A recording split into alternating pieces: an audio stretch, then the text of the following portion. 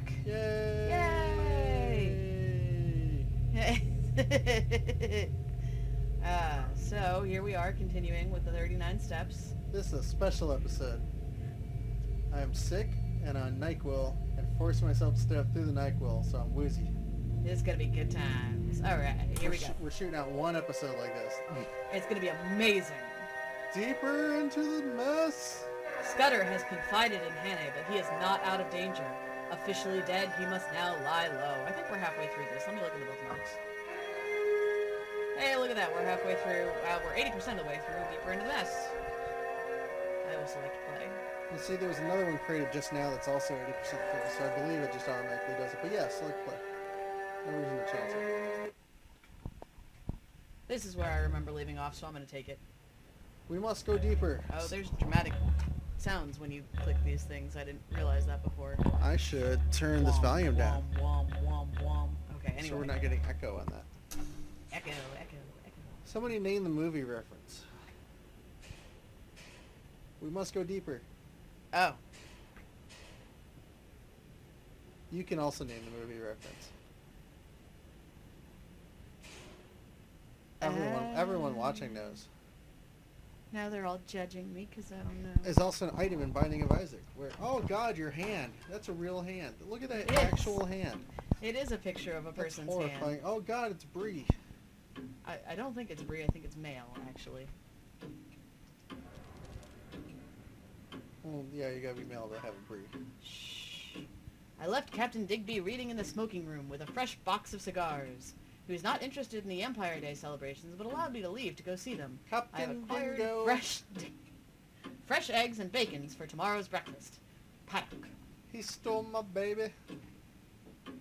Captain Dingo. No, Digby. Captain Dingo stole my baby. Digby. Paddock. I wish I had my baby. My baby back, ribs. Chili. Baby back ribs. Turns out nothing else in this room is glowy. No, this is not a try and trick you game. I know, but it should be. They want it to be like a book, like you turn the next page. They don't want you to be like, I wonder how I turn this page. I wonder what'll happen when I turn this switch on. I bet he's dead. Light. He's so dead! Holy shit, he faked his death again. I called that. I don't believe it. I think he's faking his death again. That's another corpse. Oh shit, that's all it took for that part. Yeah.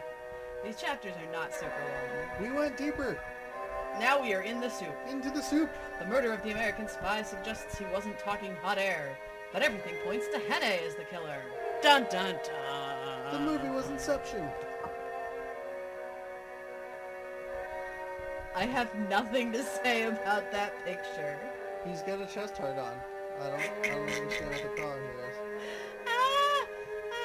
It's ridiculous. I just can't. So he is faking his death again, right? Right. Yeah, he's totally not Do dead. you know the plot of the 39 Steps? I do not. Okay, me neither. I'm pretty sure that it was one of the black and white Hitchcock movies, which are scarier than the color Hitchcock movies. No. And like, I vaguely remember my mother watching it at one point and being like, this is the most terrifying thing I have ever seen on a television in my life. Well, she should tune into this then and tell us if this follows the plot. I was all like, time to GTFO.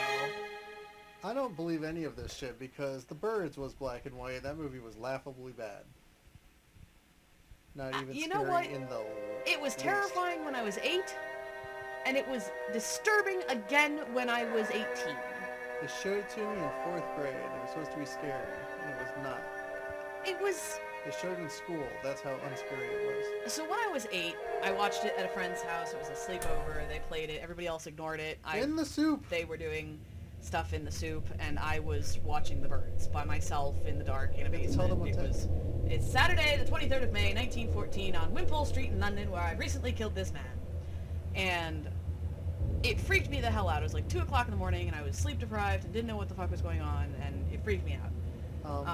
It still looks like an erection. It does kind of. I'm not going to argue. Of course, on the other hand, we may want to get our erections looked at. This artist got penis on the mind. That he does. Alright, so, sorry.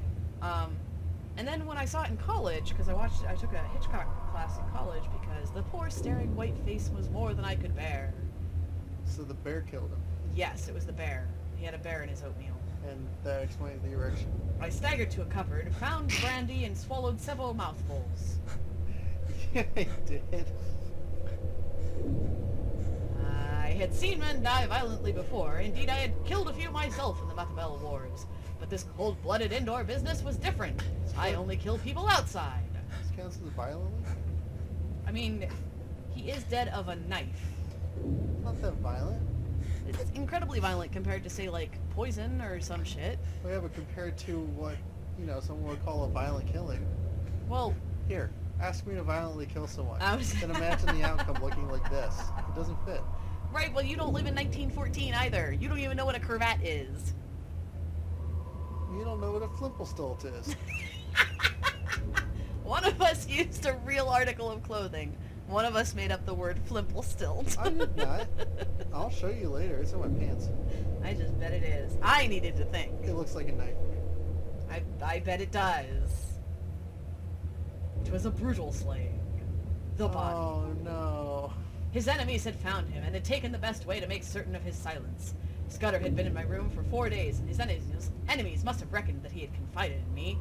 I would be next to go. It might be that very night, or the next day, or the day after, or the day after that, or the day after that. But my number was up, all right, eventually, the day after that. He's not very proactive. This is not what is over here. I just thought I'd throw that out there. Wait, I was reading that. No, you weren't. No chance! I was attempting to. Supposing I went out now and called in the police, or went to bed and let Paddock find the body and tell them in the morning, what kind of a story was I to tell about Scudder? The odds were 1,000 to 1 that I would be charged with the murder, and the circumstantial evidence was strong enough to hang me. Never this tell me picture? the odds. That's a policeman that's going to string him up. Oh, okay. Alright, I'll buy it. Pointless endeavor. Whoa, Few those people knew me in eyes. England, and I had no real pal who could come forward and swear to my character. Perhaps that was what those secret enemies were playing for. They were clever enough for anything, and an English prison was a good way of getting rid of me till after June 15th as a knife in my chest. If I told the whole story, and by any miracle was believed, I would be playing their game. Carolides would stay at home, which was what they wanted. Eyes like gimlets, he's got. Huh. Well, just if he's right, that's a pretty good conspiracy. But I still think that this is all to trap him and the guy's not actually dead. Yes, I will support that theory. They gave him one of those pills like in Romeo and Juliet. And he's laying there and the pill made a knife slowly come backwards out of his chest till it was halfway in. And later on he'll get up and walk away. That's not how those pills work. I'm seeing colors. Good. This just in. I will be giving you Nyquil frequently from now on. As resolved. Hannah's resolve. Was I supposed to take both of them? Yes. Okay, good. Because I did. Wait, what did it say? It said take more Nyquil. I am an ordinary sort of fellow, not braver than other people, but I hate to see a good man down, and that long knife would not be the end of Scudder if I could play the game in his place. Even though he's still playing the game, because he's not dead yet. I bet you wish someone was playing the game in your place. No, I like the game. Everyone wishes that I was playing any other game than in this game's place. I can't imagine that's true. They wouldn't be hearing you say that. Yeah. Out here on episode 9 at this point. I mean... Oh god, there's the trash can the ghost used. They wrecked my house. Someone must have been searching for something. Perhaps for the pocketbook. I've got something deep for you. I have something deep for you. How deep is it? Yeah, they're listening to me hit you with the microphone. No! I'll tell you how deep Stop this is. it! Don't do that. It's gonna sound amazing. Okay.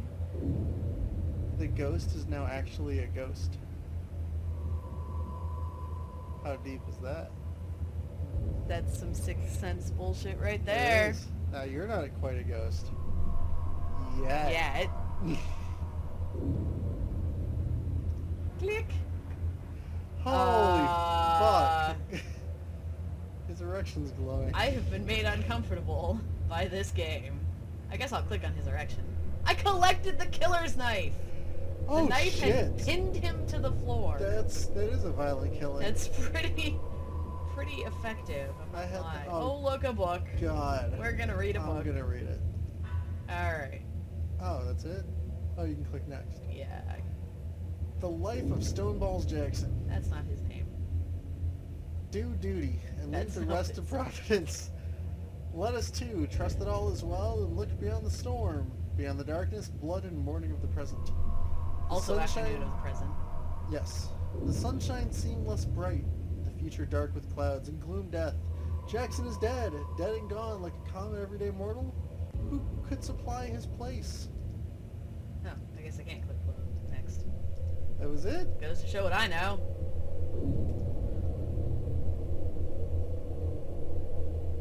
So the text showed us the important bit. Whoa! The text showed us the important bit.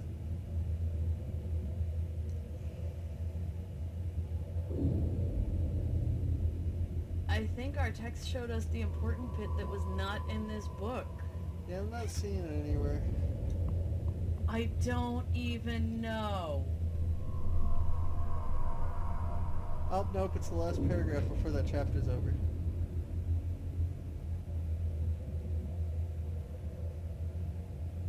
Alrighty then. I feel like it was more than that. It was. It was more than that. Do your duty and leave the rest to Providence. Let us too trust that all is well. Well, the ... dots are saying that's just giving us some of it. See, do your duty and leave us all to Providence is 3 paragraphs up. Oh. You're supposed to put brackets around it if you're cutting out pieces. You can do ... although it's... But you're supposed to put brackets around the ... That's how you know that there's a piece missing. You don't have to. Like, if you're interviewing someone, it's perfectly fine to say ... without brackets. If it's a direct quote, you're supposed to put brackets around it. Like, I will get out the fucking style and who's-its the how to write papers and shit. Because that's a productive thing that I keep because clearly I need it. Don't judge me. Cigars! They are mine now! In his lapel. Karolides comes to London. The Greek premier pushes for Balkan resolve.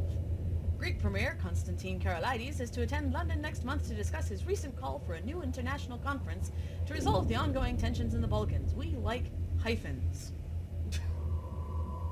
Anyway, Sir Walter Bullivant, permanent secretary at the Foreign Office, told this newspaper that Karolides' visit is part of a new strategy to secure peace in the enlightened region, securing stability in the Balkans and managing the claims.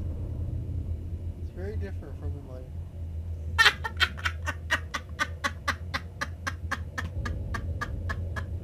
Also, you'll be happy to know that I checked because you were talking about how many hyphens there were. And if you read from bottom to top, all the letters going at the left side, it does not give a code. Not even a little bit. Oh, thank you. That's good to know.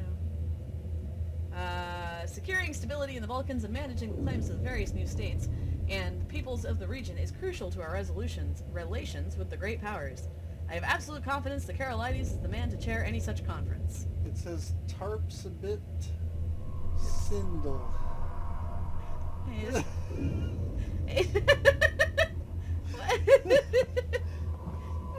So unless that's a code to you, there's no code there. Tarps a bit Sindel. Tarps a bit Sindel. Bipt Right. like Baptist, but with an I and no ist. American angst, suicide by gunshot. Suicide, coroner's inquest. The circumstances Oh, it's not standing when we zoom in. The circumstances attending the death of 29 Christopher Ricks of Wimpole Street. That's a lot of Christopher Ricks to live on one street. And to die. Close enough to report on in one article in the paper. You know? The death of Christopher Rick, 29 of Wimpole Street, Paddington, formed the subject of an inquest held at Southwark Coroner's Court before Mr. T.F. Parsons on Wednesday this week. The deceased, an American No. businessman. What are you doing? I was going over it, making sure that wasn't the guy that just died. That was the guy that just died. Well, why are they calling him Christopher Rick? That was his name. That was his American name. How sure are we? Pretty sure. He's going by what? Ruddick? Stubby. You sure it's the same guy? Yeah. He's the one who's gonna be the guy that he got the body and he blew his head off, or blew his chin off so that it wouldn't... Oh, it's the corpse. Yeah, it's the dead corpse that he's using as his first... So not the one that not the one that's dead with the knife. Oh, he's got the newspaper clipping of the corpse that he stole. Yes. Okay. Of him faking his own death. The deceased, an American businessman, was discovered in his affluent fifth-floor apartment by his valet on the morning of Tuesday, 19th May. You're a jerk. Mr. Rick was known by few in the apartment block, with neighbors describing him as a quiet man who kept himself to himself. Little is known of the American's business affairs aside from his brief encounter with Tern about publishing, with which he had brought an array of pulpwood propositions. It is suspected that Mr. Rick was not meeting his targets and was in financial difficulties. On the evening of Rick's death, he had been behaving out of character. The valet spoke describing him as looking like death, with worries obviously playing on his mind. Before retiring for the night, Rick had his valet mix a sleeping draught before dismissing him. It is understood that Rick was adamant that he did not wish to see a doctor, so the valet did not send for professional medical attention. A large trunk was found empty in the fifth-floor apartment. However, the liftman of the Wimple Street residence said that it had a considerable weight when he helped the deceased take it to his room. Owing to the various empty bottles of hard liquor about the apartment, potentially the contents of the trunk, it is clear that Rick drank excessively before taking the revolver and shooting himself in the head, severely disfiguring the lower half of his face and killing him. A minor technicality. The revolver was found in the bedclothes next to the body. No reports of a gunshot were noted on the evening of the death. Rick's was the only apartment on the fifth floor, and on the level below, occupants Mr. and Mrs. Joe Twiston were out for the evening. The jury returned a verdict of suicide while of unsound mind. While with no identifiable next of kin, the deceased's possessions have been handed over by the American consul. To the American consul. To the American consul. That's what I said. All right. We read all the newspaper clippings. Progress. Okay, so that's... Is there more to read here? Because, like, I read this. This was read. Okay, well, go back. Oh, here we go. There was nothing in the waistcoat pocket. Oh, thank God. Whoa! There was a ridiculously knife-like Trying knife to cut me? with an arrow on it. Let's check the coins. This is not a clue. It's not a clue. This is a large arrow on a small knife that is not a clue. It's actually not a clue, though. These are American change. Do you really think that arrow's a clue? I really do. To what? Who knows? Yeah, Probably the 37th step or something It's retarded. not a clue. You're a clue. I can neither confirm nor deny. Here's some change. Here's some change up close. Why would they let a lion sit on that gigantic crown? Seemed like a good idea at the time. Alright, that's all 4 of the diamonds. I'm going to go ahead and call that good. But there's 5 things there. Yeah, but I found all the ones that mattered. Oh, the diamonds are filling up. Okay. Well, in that case, this seems like a good place to stop. But I found this letter. Whoa! Dear Fex. And that's Pex. That's a P. Show text. No. Dear Peter, was it Samuel Johnson who wrote, "When you are tired of London, you are tired of life"? Well, my dear Peter, if so, then I am tired of life, for here I am in London, bored and at my wit's end. The city is noisy and chaotic, and I can't get any exercise. I'm yet to meet a suitable lady to pass my time with, though I have met a fair few unsuitable ones. And managed to pass my time with them. My bets are paying off on the track, however. My shares in the Rhodesian diamond mines continue to keep me dining in the capital's best restaurants. Despite Paddock's continual insistence that I should dine at home and try his culinary skills. Well, this is you writing this. Yes. One can only hope that they are better than his valet skills. Speak soon, dear friend, Richard Hannay. When you get this letter, could you please spatter it with ink and place it on the table just so? It would make me inordinately happy. What's the next part of the letter? It was the second part. Oh no! Despite Paddock's continued insistence that I should dine at home and try his culinary skills. Exclamation point! Cannot keep this episode going. It is a run-on episode. Are we done? We are done. Alright. Well then, we shall see you when we return. I am a pterodactyl. My husband is a pterodactyl.